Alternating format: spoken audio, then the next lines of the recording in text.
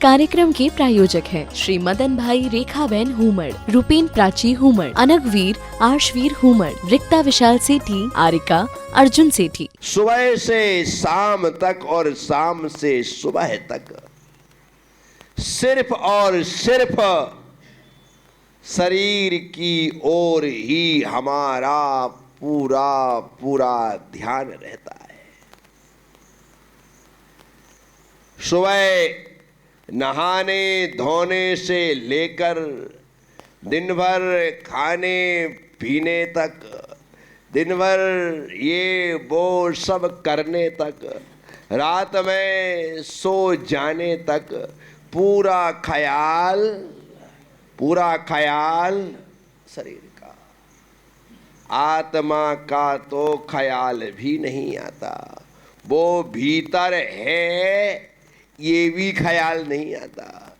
जैसे जीवन के लिए सबसे ज़्यादा यदि कोई उपयोगी है तो वो ना आँख है, ना नाक है, ना कान है, ना मुंह है, ना हाथ है, ना पाँव है।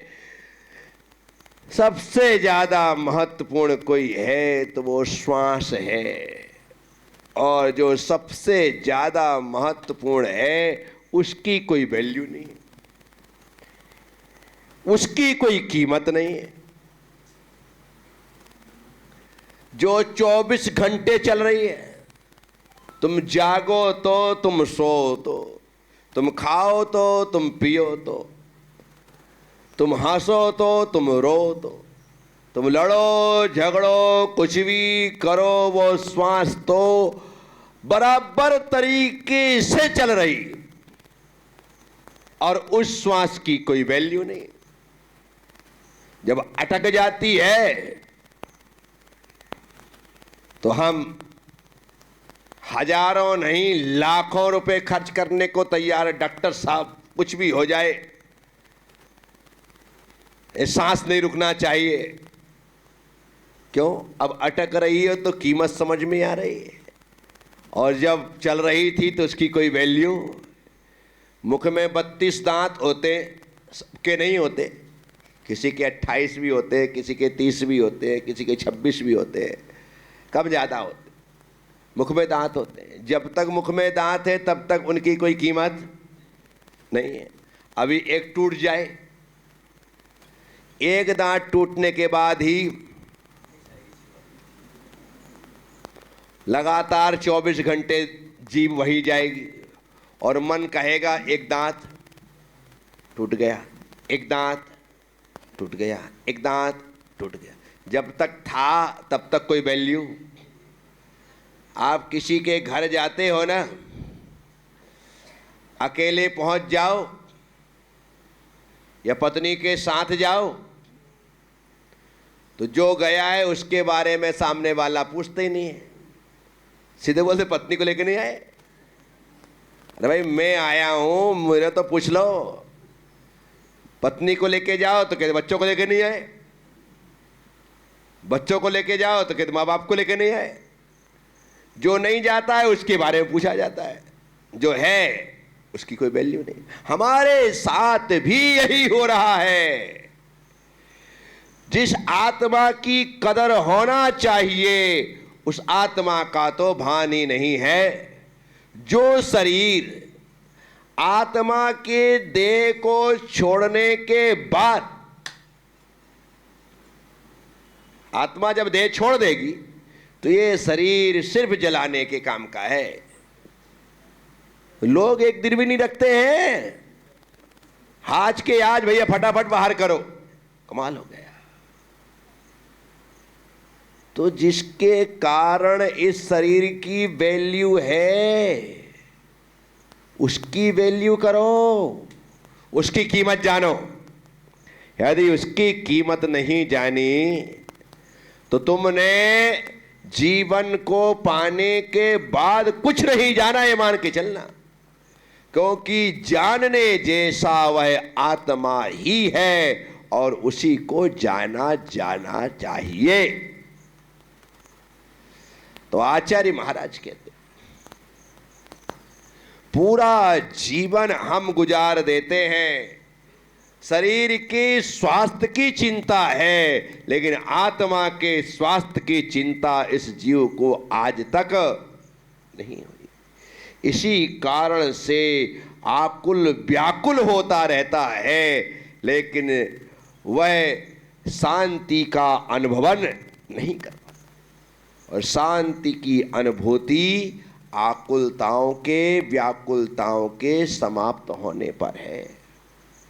पंडित दौलत राम जी से पूछा, सुख कहाँ है, कैसा है? तो कहते हैं, आत्म को हित है सुख सो सुख, आकुलता बिन कहिए। कैसा है वो? है आकुलता बिन कहिए, आकुलता शिव माही न ताते, शिव मागे लाग्यो चाहिए। और जो आकुलता है वो मोक्ष में नहीं है, आकुलता मोक्ष में, इसीलिए शिव मग लाग्यो चाहिए। सभी को मोक्ष मार्ग में लग जाना चाहिए। यदि हमें उस सुख की अभिप्सा है तो। लेकिन ऐसा होता, मैं कितना भी कहता रहूं, तुम सुन कर के प्रशांत गर्दन तो हिला दोगे, लेकिन वैराग्य होने वाला नहीं है।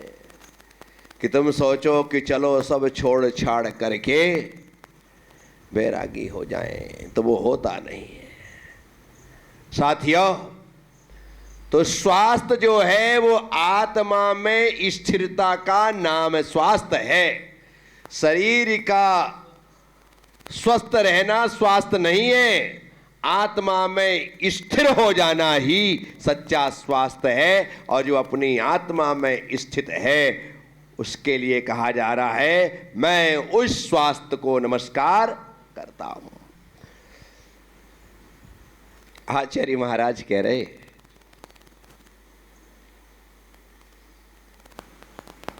जो बुद्धि हमारे पास है ना,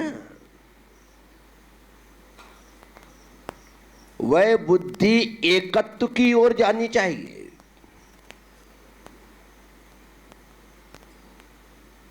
अन्यत्व की ओर नहीं। जहां देह अपनी नहीं तहां न अपना, घर संपत्ति पर प्रकट ए पर है परिजन। ये सब पर है, अन्य है। अन्यत्व की ओर हमारा ध्यान नहीं होना चाहिए, एकत्व की ओर हमारी बुद्धि लगे। और अन्यत्व की ओर लगे तो ये पदार्थ मुझसे अन्य है ऐसा जानते हुए लगे। तो बुद्धि तो सबके पास है, लेकिन हमारी बुद्धि सिर्फ संसार में लगी है। व्यापार करने वाले की बुद्धि व्यापार में लगी है, मेरा धंधा कैसे बढ़े इसी में लगी है। संसार को बसाने वाले की बुद्धि संसार को बढ़ाने में लगी है। कैसे मेरे बेटे की शादी हो जाए, कैसे मेरी बेटी की शादी हो जाए, अच्छा घर अच्छा परिवार मिल जाए, कब मैं जल्दी से जल्दी दादा बन जाऊं, कब मैं जल्दी से जल्दी दादी बन जाऊं, कब नाती पोतों को मैं खिलाऊं, खिला पिला करके बड़ा करूं, बड़ा करने के पश्चात फिर वे इतने योग्य हो जाएं कि उनकी भी शादी कर दूं, उनकी शादी होने के बाद मैं परदादा बन जाऊं, परदादा बनने के बाद मैं सोने की सीढ़ी चढ़ जाऊं। ऐसा आदमी कर रहा है और बेचारा सोने की सीढ़ी तो चढ़ नहीं पाता, बांस की सीढ़ी चढ़ जाता है। खेल खत्म हो गया। इसी में लगे हैं हम। हमारी बुद्धि पूरी तरह से संसारी है। हम पूरी तरह से संसार के लिए ही सोच रहे हैं, अपने उद्धार के लिए कोई नहीं सोचता। जिनके सारे काम खत्म हो गए, अभी उन्होंने 4 काम फिर नए ईजाद कर लिए। खाली घर शैतान का, कुछ तो कुछ करना पड़ेगा, तो उन्होंने 4 काम फिर तैयार करे। हाथ पांव में दम नहीं है, फिर भी कुछ ना कुछ करना है तो कर रहे। बेटे ने सारा काम धाम संभाल लिया है, फिर भी उस पर विश्वास नहीं है कि ये कर सकता है, तो जबरदस्ती जा करके बेटे के मना करने के बाद भी दुकान में 2-4 घंटे बैठ जाते हैं, जबरदस्ती बैठ रहे हैं। क्या करो? बेटा कहता है पापा ये आपको जरूरत नहीं है। अरे बेटा टाइम पास तो करना पड़ेगा। क्या करना पड़ेगा? अन्यथा टाइम पास ही नहीं होता। लो, दुकान भी जा रहा है टाइम पास करने के लिए। अरे टाइम अब तेरे पास है कहां जो पास कर रहा है? टाइम है कहां जो पास कर रहा है? अब तो जितना टाइम बचा है उसको भगवान के पास या गुरुओं के पास व्यतीत कर, साथ स्वाध्याय में व्यतीत कर। अब तेरे पास बहुत कम टाइम है, उस टाइम को देव शास्त्र गुरु की भक्ति में, साथ स्वाध्याय आदि में, जाप पाठ आदि में लगाना चाहिए। तो लेकिन आदमी का मन वहाँ नहीं लगता है, वो तो दुकान टाइम पास करने जाएगा या अपने यार दोस्तों के साथ घंटों गप्पे मारेगा। मैं विहार करता हूँ तो बड़े बुजुर्गों को पेड़ के नीचे ताश खेलते हुए देखता हूँ, बैठे सब। बोले क्या कर रहा दादाजी? वो टाइम पास। अब टाइम है नहीं, फिर पास कर रहे हैं। बताओ, विचार करो। ये समय भगवत भजन में लगा देते तो जीवन संवर जाता, लेकिन उस समय भी व्यक्ति बैठ करके टाइम पास में लगा है, सिर्फ गप्पे मार रहे हैं, फालतू हाथ पे हाथ रख करके बैठे, एकदम निठल्ले, कोई काम के ना कर्म के बैठे। साथियों, मैं आप सबसे कहता हूं, अपनी बुद्धि को एकत्व की ओर लगाओ। ये बुद्धि तो संसार की ओर ही भागती है, अंतिम समय तक भागती रहेगी, लेकिन हमारी बुद्धि एकत्व की ओर लग जाए तो समझ जाना, आज तो से एकत्व की ओर लगी हुई बुद्धि से आनंद मिलेगा, लेकिन कल उसी एकत्व की ओर लगी बुद्धि से परमात्म तत्व की उपलब्धि होगी, अर्थात हम उस परम पद को हासिल कर लेंगे। लेकिन अपनी बुद्धि को एकत्व की ओर लगाना। तो साथियों, आचार्य पद्मनंदी स्वामी हम पर बड़ी कृपा बरसाते हुए कह रहे हैं कि हमें अपनी बुद्धि को एकत्व की ओर लगा करके परम तत्व को हासिल करना है।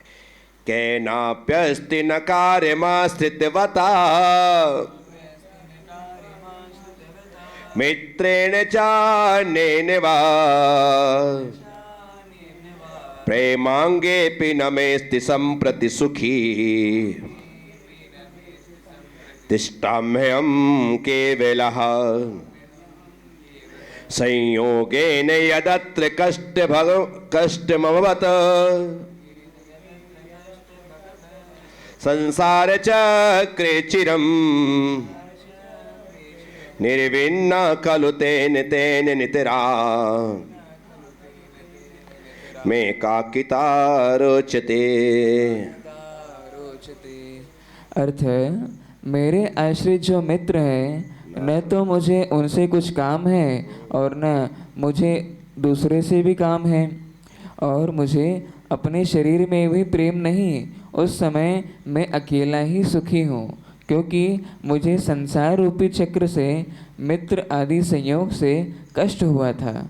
इसलिए मैं निश्चय से उदासीन हूँ और मुझे अब एकांत स्थान ही प्रिय है। भावार्थ, जब तक मेरा मित्र, स्त्री, पुत्र आदि पर पदार्थों से संबंध रहा, तब तक मुझे नाना प्रकार के कष्टों का सामना करना पड़ा। इसलिए अब मुझे उन मित्र तथा स्त्री, पुत्र आदि पदार्थों से कुछ भी काम नहीं है, किंतु मैं अब सर्वथा उदासीन हूँ। मुझे एकांत ही अच्छा लगता है। एकांत प्रिय बनिए, और एकांत उसे ही प्रिय होगा जो संसार शरीर भोगों से उदासीन हो जाएगा। हाँ, वे स्त्री, ये पुत्र, ये मित्र, अब इनसे मेरा कोई संबंध नहीं है। इनके साथ रह कर के मैंने अपने जीवन का बहुमूल्य समय गंवा दिया। अब शेष बचे समय को मैं एकांत में बस करके, एकांत में बैठ करके अपने आप के साथ गुजारना चाहता हूं। स्वयं के साथ समय गुजारना, दूसरों के साथ समय तो गुजर जाता है, बहुत जल्दी गुजर जाता है, लेकिन स्वयं के साथ गुजारने के लिए आत्मस्थ होना पड़ता है। तब जाकर के भगवान बाहुबली जैसे साल भर खड़े रहे। आखिर उन्होंने क्या किया साल भर? बोले अपने आप से बात की, अपने आप के साथ रहे। तो साल भर निकल गया। अभी तो आंख मूंद के बाद 5 मिनट में ही घबराहट होने लगती। आंख खोलो, देखो यहां वहां, तब शांति मिलती। यदि आप एकदम अकेले हो जाएं, कोई आपके साथ ना हो, तो वह दिन बहुत भारी लगता है, लंबा लगता है, काटे नहीं कटता है। क्या हो गया? आज आप अकेले हो गए। अकेले में समय काटे, दूसरे के साथ रहो तो फटाफट समय निकलता है। विहार करते हैं ना, विहार करते समय यदि मैं अकेला विहार करूं तो 5 किलोमीटर का विहार ऐसा लगे जैसे 50 किलोमीटर का। और यदि मेरे साथ 4 लोग हैं तो 10-15 किलोमीटर का विहार भी यूं निकल जाता है। तो मेरा कहना यह है कि जिब्या रथ पर सवार, चर्चा वार्ता करते रहो तो समय बहुत जल्दी कट जाता है। 2 लोग भी साथ होना तो समय कट जाता है। आजकल लोगों की आवश्यकता नहीं होती, मोबाइल भी साथ होना तो घंटों क्या पूरी रात निकाल दे। क्यों? मोबाइल भी थर्ड पर्सन है, मोबाइल भी। हाँ, आप उसे मत समझना कि आप अकेले हो। इस कार्यक्रम के प्रायोजक हैं श्री मदन भाई रेखाबेन हुमड़, रूपेन प्राची हुमड़, अनगवीर आर्शवीर हुमड़, रिक्ता विशाल सेठी, आरिका अर्जुन सेठी।